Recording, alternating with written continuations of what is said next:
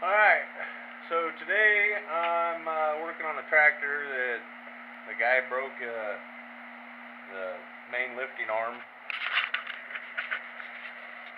right there, and I'm not really sure how much pressure it would take to break something like that, but obviously it snapped pretty clean off. There's only this one back section that's still kind of hanging on, but for the most part it snapped pretty clean off.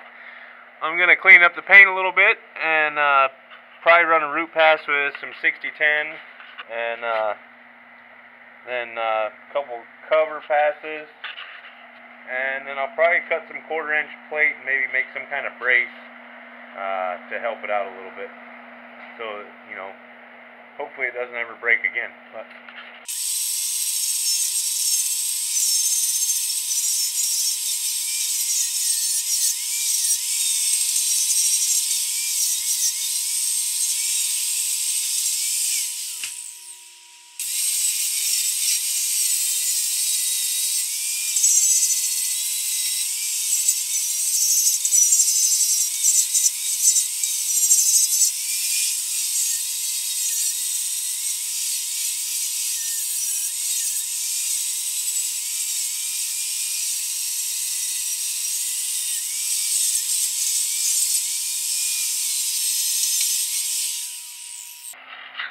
I tied the hoses back with a piece of wire, keep them back a little bit. Ground that. The reason why I'm going to use 6010, or I think actually I got 6011, is 6010 is getting hard to find. But it's a little better to burn through paint. It seems to burn through the crud a little bit better. And then if I were to try to MIG weld it or 7018, 7018 does a little better than MIG welding, but it prefers a clean metal. So.